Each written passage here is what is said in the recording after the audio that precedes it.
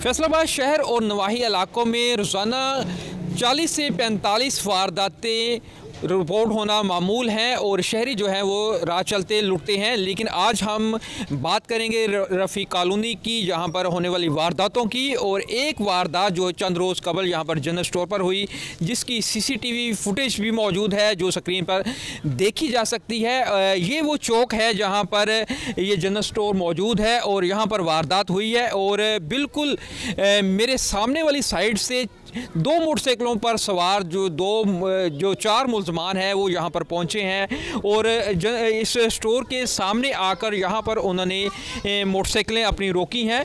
और 2 मुलजमान फौरी तौर पर यहाँ पर मोटरसाइकिल खड़ी करके जो यहाँ से उतर के यहाँ पर जनरल स्टोर के अंदर दाखिल हुए हैं और 2 मुलजमान बाहर मौजूद रहे हैं। उन चारों के पास असला मौजूद नज़र आ रहा है और ये तमाम जो हम बयान करें सूरत हाल, ये CCTV फुटेज में भी रिकॉर्ड हुई है।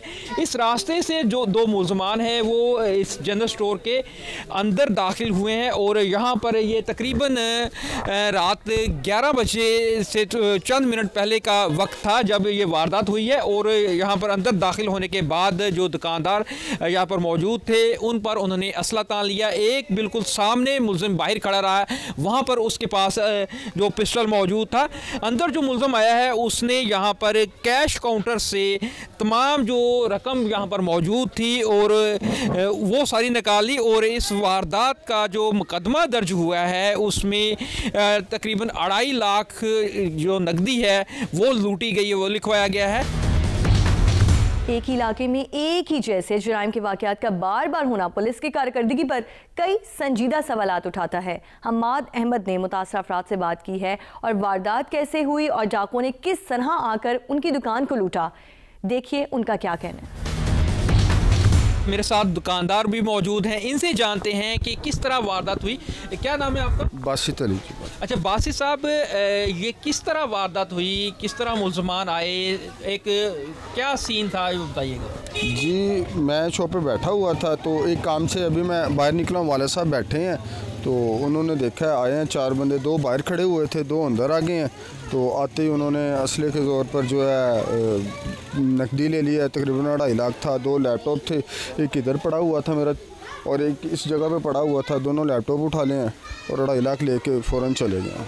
अच्छा, वो लैपटॉप आपका एक तो काउंटर के पास पड़ा था, पिछला लैपटॉप जो है वो कैसे उनको पता चला कि उन्होंने कोई ऐसे ओवर जहाँ पर चेक किया, सामान कुछ देख रहे थे? एक ये इधर पीछे खड़ा हुआ ओवरव्यू ले रहा था, देख रहा था, उसने कह दिया जी ये लैपटॉप पड़ा हुआ है, ये भी उठाएं।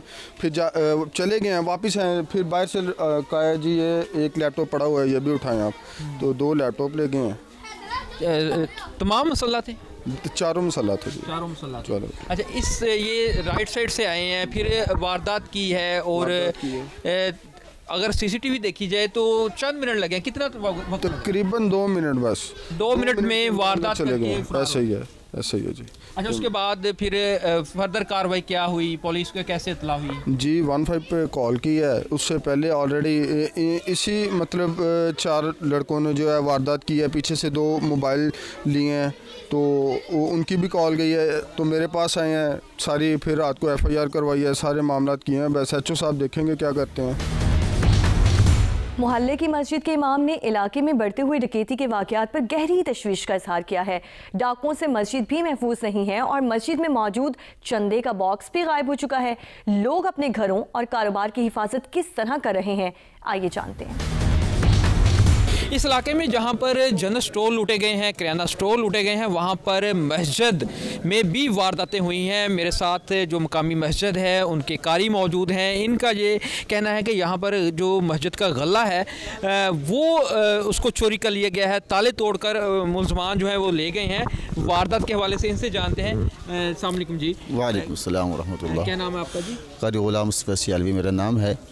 कारी साहब, ये कब वारदात हुई, किस तरह हुई, इसका तो हवाले से थोड़ा बताएं। जी ये कल रात के वक्त ही ये मालूम नहीं कि कब हुआ है, लेकिन वो मस्जिद का जो पहला मेन ताला वो तो उसकी उन्होंने काट के अंदर गए हैं, उसके जाकर उन्होंने गले का जो ताला वो तो काट कर उसके जो था वो ले गए हैं। अगर हमारी मस्जिद में महफूज नहीं है तो आम आदमी कैसे, हमारा आम शहरी कैसे महफूज होगा।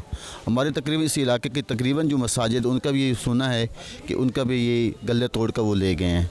तो ये आपकी मस्जिद के अलावा इलाके की दीगर मसाजिद में भी हाँ सुनने में आया कि उनके भी कल की रिपोर्ट है कि और भी मस्जिद में इसी रात में उन्होंने गले तोड़े हैं और तोड़ कर जो मस्जिद का जो भी चंदा था, जो भी फंड था वो ले गए हैं।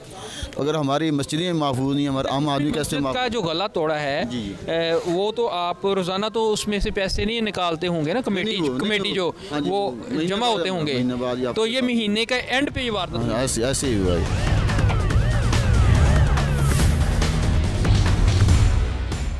चंद गलियां छोड़कर एक और किराना स्टोर है जहां पर वारदात हुई है और यहां पर 2 मुलजमान जो है मोटरसाइकिल पर सवार होकर आए और असला के ज़ोर पर उन्होंने वारदात की। यहाँ पर मोबाइल फ़ोन छीन लिए, नकदी छीन लिए। मेरे साथ मुतासरा दुकानदार मौजूद हैं। क्या नाम है आपका? साजिद। अच्छा साजिद साहब, किस तरह आपके साथ वारदात हुई, क्या नुकसान हुआ? नुकसान गन पॉइंट पर 2 मोबाइल और नकदी। नहीं, मुलजमान जो आए किस तरह आए, किस चीज़ पे थे, किस तरह आपको लूटा, थोड़ा सा वो सीन बताइएगा।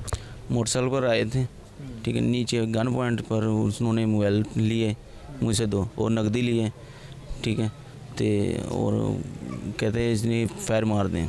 अच्छा, आप इनके साथ एक और साहब भी मौजूद थे यहाँ पर, इनसे भी उन्हीं मुलजमान ने मोबाइल फ़ोन छीना है। आप बताएं कि क्या किस तरह वारदात हुई, आपसे आपका क्या क्या नुकसान हुआ? 17 तारीख की शाम को उस वक्त ही वो भी आए, इनके साथ मैं भी खड़ा हुआ था। इधर से वो शाम को आए, एक ने मुंह पर मास्क लगाया हुआ था और दूसरा जो है वो नकाब के बगैर था। उसने फ़ौरन गन निकाली है और मुझको उसने बोला कि मैं तुझको फायर मार दूंगा, ये मोबाइल मुझको पकड़ा दो। मैंने उसी वक्त डर से उसे फ़ोन भी वापस दे दिया है और वो छीन कर दुकान की तरफ गया है। और मेरे भाई के ऊपर भी उन्होंने गन तानी है, इनसे भी मोबाइल लिया और नकदी पैसे भी अंदर से छीने हैं। और फिर जाने के बाद भी यह कहा अगर आपने शोर किया, जो खप किया तो आपको गोली मार दी। उसके बाद हमने 15 पर कॉल भी की है। हमारी कॉल पर यहाँ पर वो जो है पंजाब पुलिस के जवान वहाँ पर पहुँचे हैं, उन्होंने आकर हमारी बात सुनी है। और डॉल्फिन वालों ने ये भी हमको बोला है कि हमने थोड़ी देर पहले हमारे साथियों ने वहाँ से मुलज़िम जो है पकड़े हैं, वो गुलबर्ग लेकर गए हैं, आप वहाँ पर जाएं। हम गुलबर्ग जहाँ पर जब पहुँचे हैं तो वहाँ पर जाके हमने SHO के साथ जब बात हुई है तो उन्होंने कहा कि आपको जो मुलज़िम है वो भी आपको हम दिखाएंगे और आपकी चीज़ें भी आपको दिखाएंगे, लेकिन आप यहाँ से इस वक्त चले जाएँ, सुबह आएँ। जब हम वहाँ पर सुबह पहुँचे हैं तो वहाँ पर SHO साहब जो है वो हमको नहीं मिले, लेकिन जो तफ्तीशी अफसर है उनसे हमारी बात हुई है तो वो हमको बोल रहे हैं कि वो जो मुलज़िम है ना उनकी हमने तस्दीक कर ली है, वो नहीं है। हमको ये बताएं कि SHO साहब ने या तफ्तीशी ने कैसे ये तस्दीक कर ली है कि वो मुलज़िम नहीं है। हमको वो मुलज़िम दिखाए गए हैं, हमको वो चीज़ें दिखाई गई हैं। यहाँ पर किसी के लिए कोई कानून नहीं है, यहाँ पर काला चोर राज जो है वो चला हुआ है। क्या वजह है कि वाकई की CCTV फुटेज ही मौजूद होने के बावजूद पुलिस इस किस्म की वारदातों की तह तक नहीं पहुंच पा रही और मुलजिमान को अब तक गिरफ्तार नहीं कर सकी पुलिस? ASP राजेंद्र ने वारदातों पर काबू पाने के लिए पुलिस की हिकमत अमली पर क्या रोशनी डाली है, आइए सुनते हैं।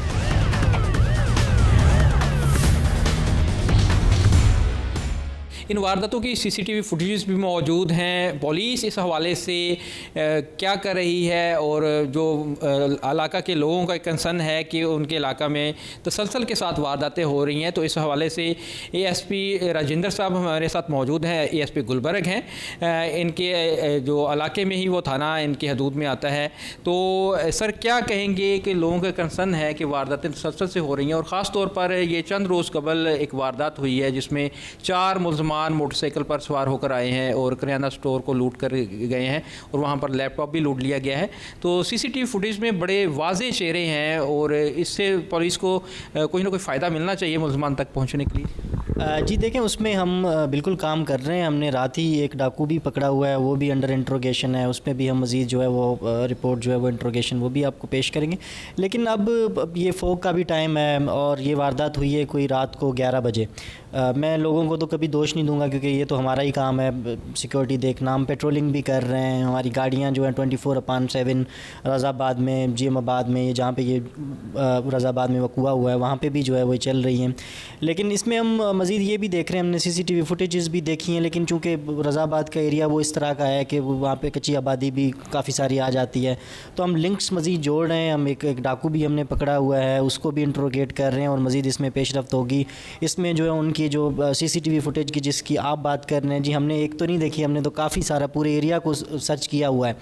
तो उसमें जो जिन मुलजमान के चेहरे आए हैं उनको भी हम मज़ीद आइडेंटिफाई कर रहे हैं, हमारा CRO भी है, उससे भी हम वेरीफाई कर रहे हैं, तो मज़ीद आपको इसमें जल्दी पेशरफ्त नज़र आएगी। अच्छा, इसमें डाकू जो हैं वो बड़ा बिला खौफ ख़तर वारदातें कर रहे हैं। पहले तो वो अपना चेहरा ढांप लेते थे, इसमें आप देखें कि मुलजमान ने चेहरे भी नहीं ढांपे हुए, और वहाँ पर इलाका के लोगों का कहना है कि चंद रोज़ के दौरान ही उसी इलाके में जो दर्जन भर के करीब वारदातें हुई हैं, जिसमें चोरी की वारदातें भी शामिल हैं, और एक मस्जिद का गला भी गुज़श्ता रात वहाँ पर लूट कर ले गए हैं, वहाँ पर इलाका लोगों ने ये भी बताया है। तो ये आप क्या समझते हैं, कोई गैंग मुतहरक है जो मुलज़म पकड़ा गया है, उससे इस तरह की कोई इन्वेस्टिगेशन हुई है, कोई क्लू मिला है? देखें जी, बिल्कुल इसमें ये गैंग ही मुलविस है, लेकिन इस तरह के हमने 2 गैंग इस माह वो भी पकड़े थे। थाना गुलबर्ग में भी हमने एक गैंग पकड़ा था, वो कोई अराउंड 20+ वारदात में वो मुलविस था। तो अब देखें ना, हमारी तो साथ साथ इन्वेस्टिगेशन भी चल रही होती है, हम चीज़ों को देख भी रहे होते हैं, लेकिन यस इट इज़ अनफॉर्चुनेट कि इस तरह के जो है वो वक़ुए हो रहे हैं। Shop burglary that is very heinous, हम तो उसको उसी तरह ही देखते हैं। लेकिन मैं तो यही कहूँगा कि जी मैं ख़ुद भी रात को आउट होता हूँ पेट्रोलिंग पे, और हम इन चीज़ों को बड़ी बारीक बिनी से देख रहे हैं। मज़ीद जैसे ही इसमें कोई पेशरफ्त आती है हम वो भी मीडिया से भी शेयर करेंगे, और इनको हम इंशाल्लाह कंट्रोल करेंगे जो वारदातें हो रही हैं।